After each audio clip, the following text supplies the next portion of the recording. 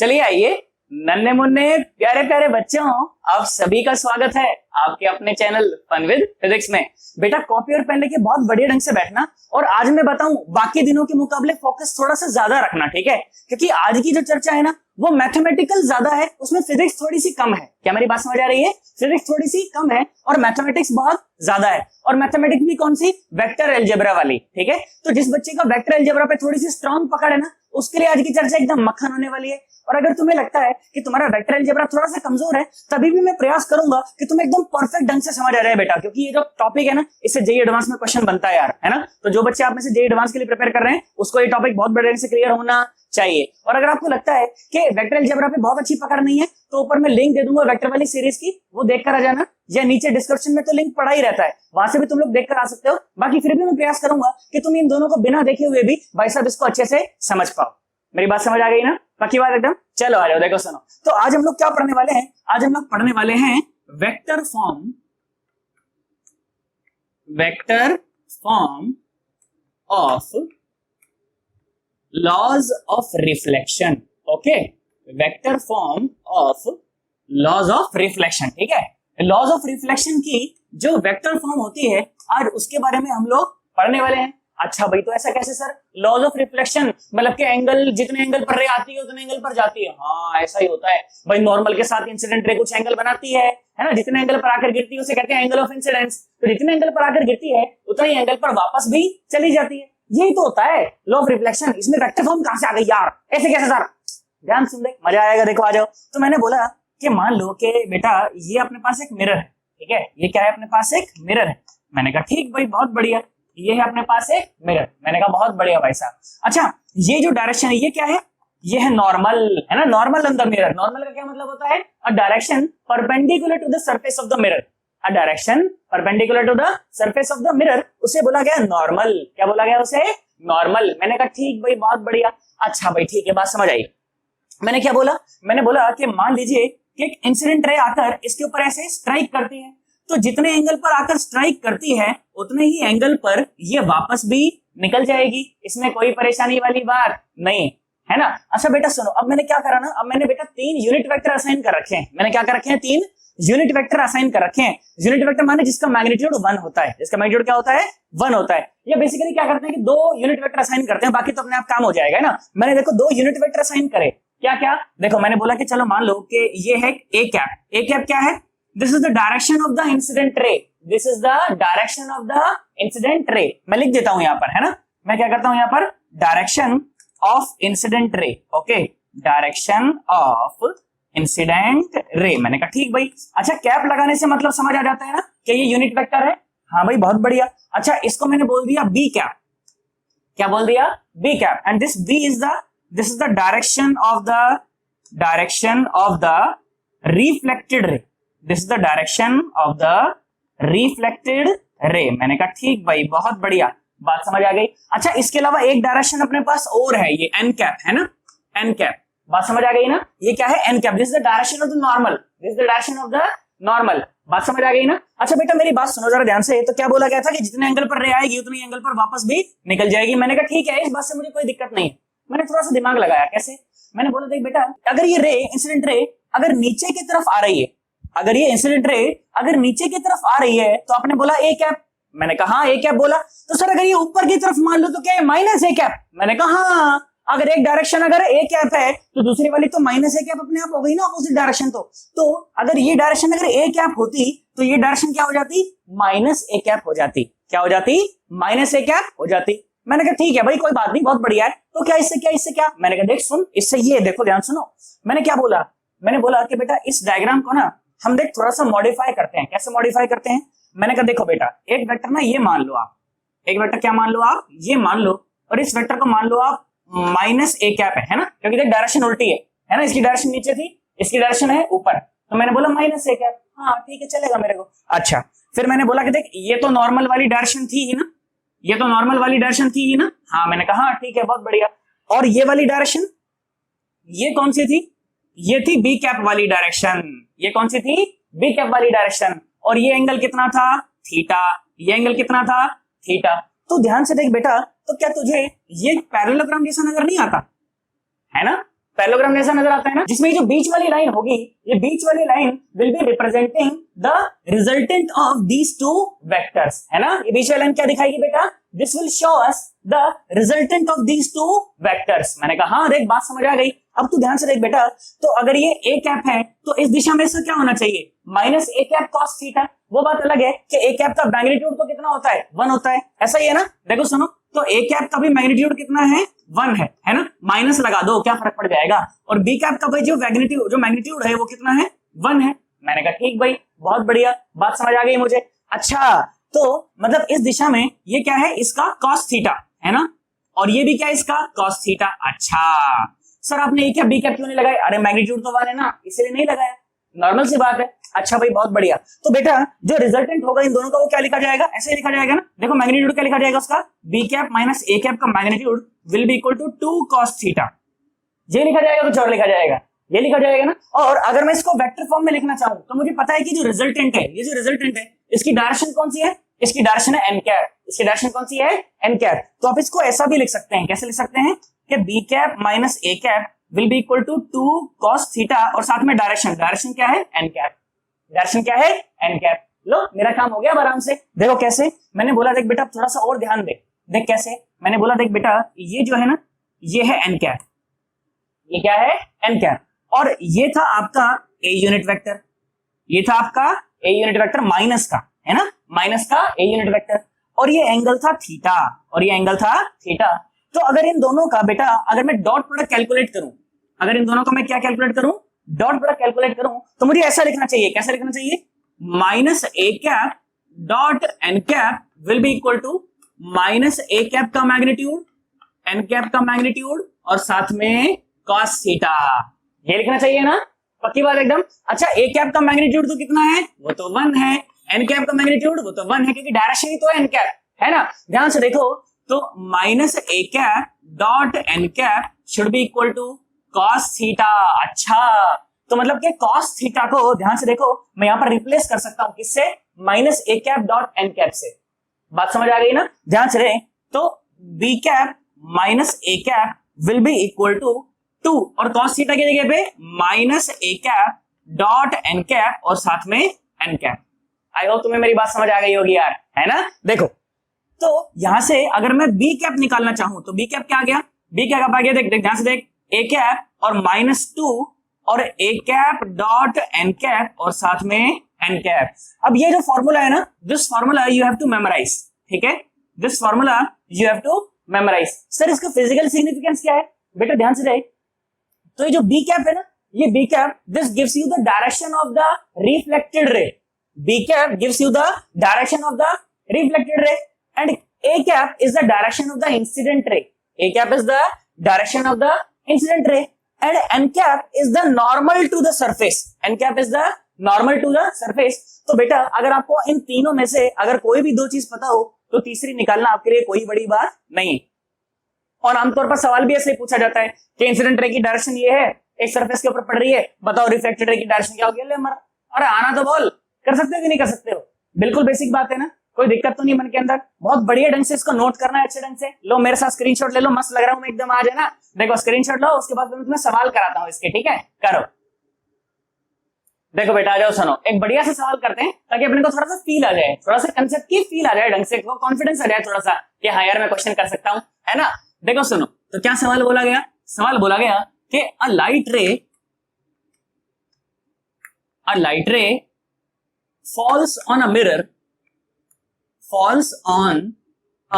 mirror with the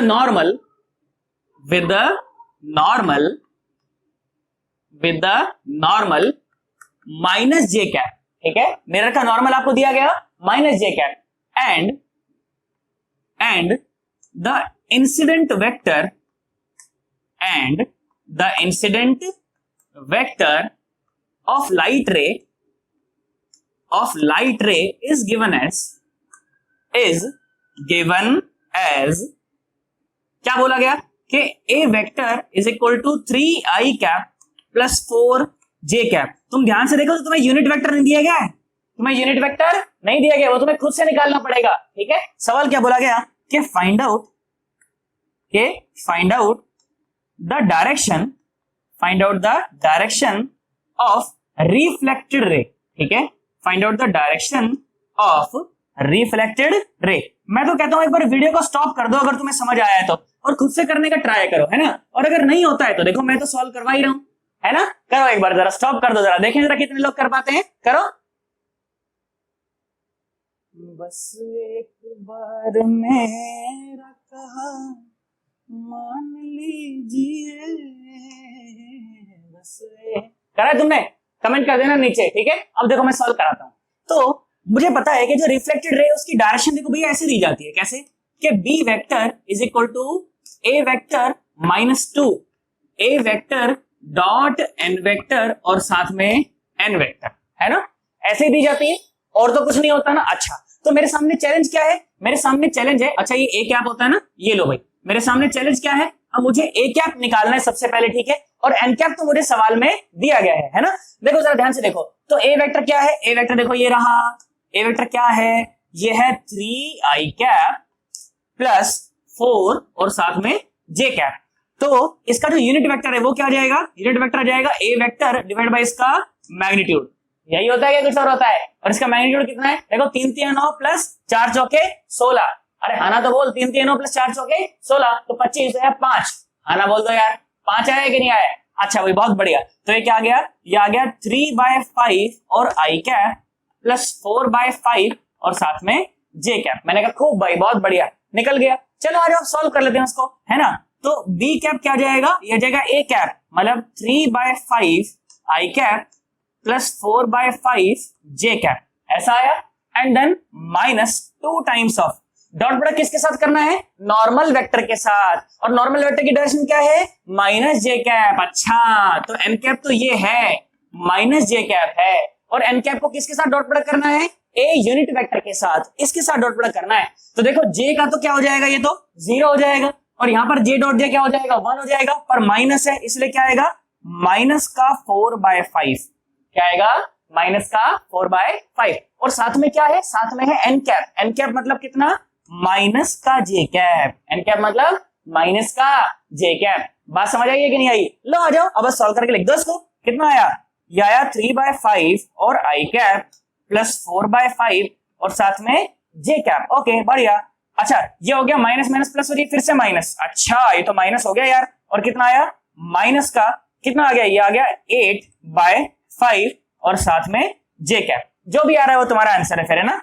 b cap की direction क्या आ गई, ये आ गई 3/5 i कैप, 3/5 और i कैप और माइनस 4/5 और साथ में j कैप, ठीक है। This will be the direction of the reflected ray.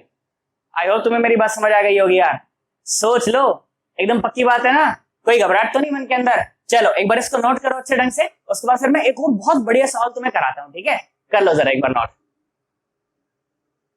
देखो बेटा आ जाओ सुनो, तो अब एक बहुत जबरदस्त सवाल करते हैं। देखो जेईई एडवांस लेवल एक प्रॉब्लम मैं तुमको कराता हूं। देखो क्या सवाल बोला गया, देखो मैं पूरी स्टेटमेंट तुम्हें नहीं लिख रहा हूं, जो जो काम की चीजें मैं तुम्हें बता रहा हूं, ठीक है। बोला गया कि एक लाइट रे जो है ना एक सरफेस के ऊपर स्ट्राइक करती है, और उसका जो इंसिडेंट वेक्टर है ना, अगेन बोला गया ऐसा ही है, कैसा है, 3i cap plus 4j cap. मैंने कहा ठीक है कोई बात नहीं, ऐसा है तो ऐसा सही, क्या दिक्कत है। बोला गया कि ऐसे सरफेस के ऊपर ये स्ट्राइक करती है, देखना सरफेस सुनो जरा ध्यान से, देखो बोला गया कि ये सरफेस है, ठीक है, ये मान लीजिए एक्स एक्सिस है, ये वाई एक्सिस है और ये जेड एक्सिस है, और बोला गया कि इस तरह का एक सरफेस है, ठीक है, इस तरह का एक सरफेस है।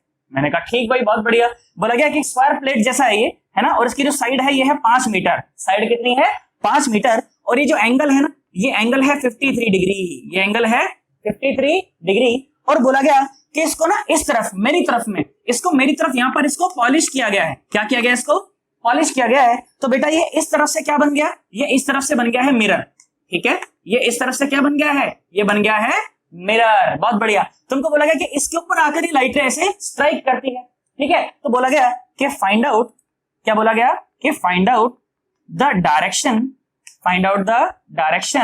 Of reflected ray, find out the direction of reflected ray.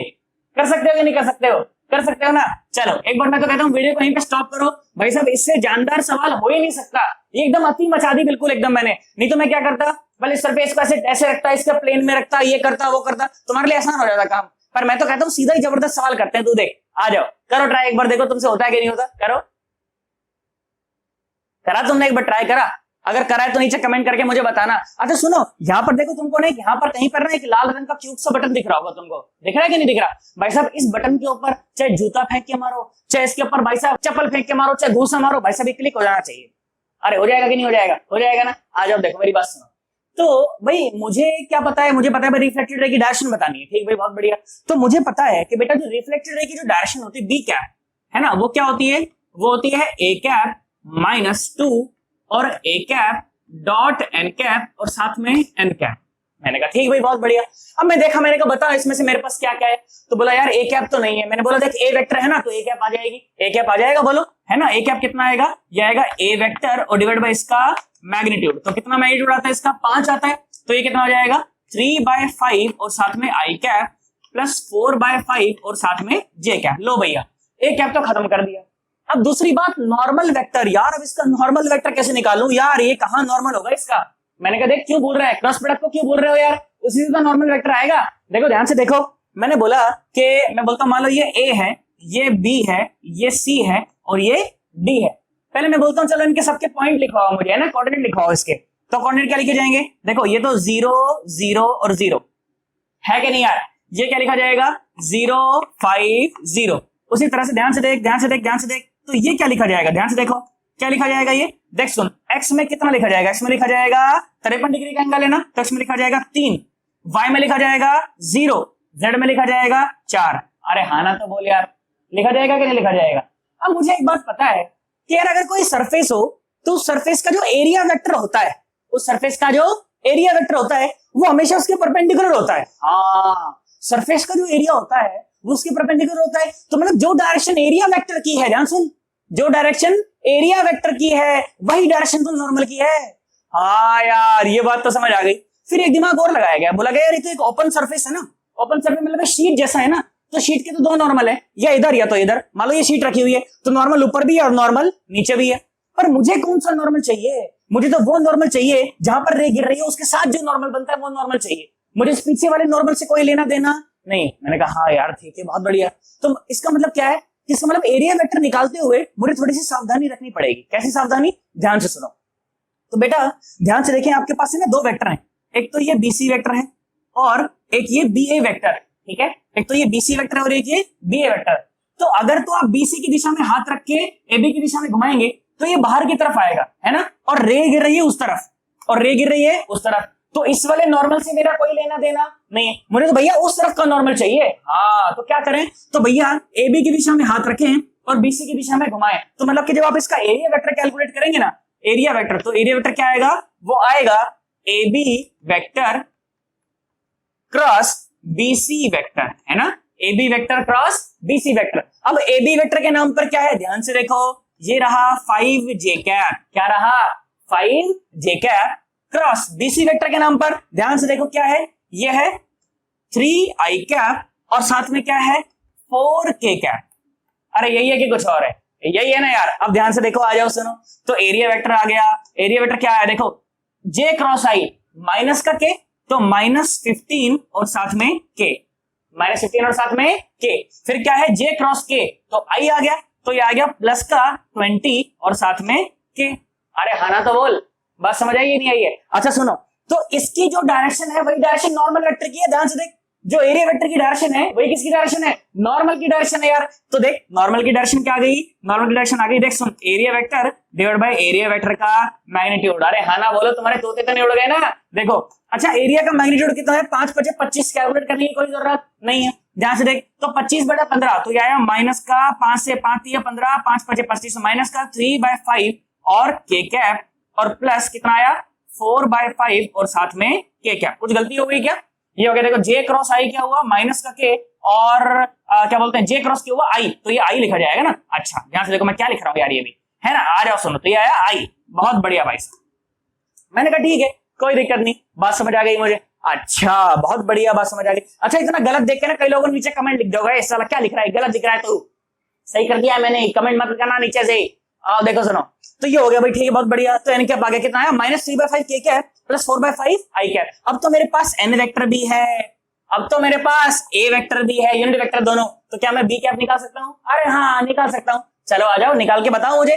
तो कितना आया देखो, तो B cap is equal to A cap, A cap लिखो, ये आया 3/5 और साथ में आई कैप और साथ में 4/5 और साथ में जे कैप। मैंने कहा ठीक भाई बहुत बढ़िया, -2 टाइम्स ऑफ, देखो एन कैप का और ए कैप का भाई साहब डॉट प्रोडक्ट करना है, क्या करना है, डॉट प्रोडक्ट करना है। तो आई का आई के साथ होगा, आई का आई के साथ कितना हुआ, ये हो गया आई 1 हो गया, ये वो 4 तिया 12, 12/25 कितना हुआ, 12/25, बहुत बढ़िया भाई साहब 12/25। और जे का जे के साथ है ही नहीं तो 0 हो गया, है ही नहीं तो क्या हो गया भाई साहब, 0 हो गया। और साथ में क्या लिखें, साथ में लिखें एन कैप, साथ में क्या लिखें एन कैप। और एन कैप क्या है, क्या है, क्या है? ये रहा, देखो सुनो, ये आ गया -3/5 और साथ में के कैप प्लस 4/5 और साथ में आई कैप।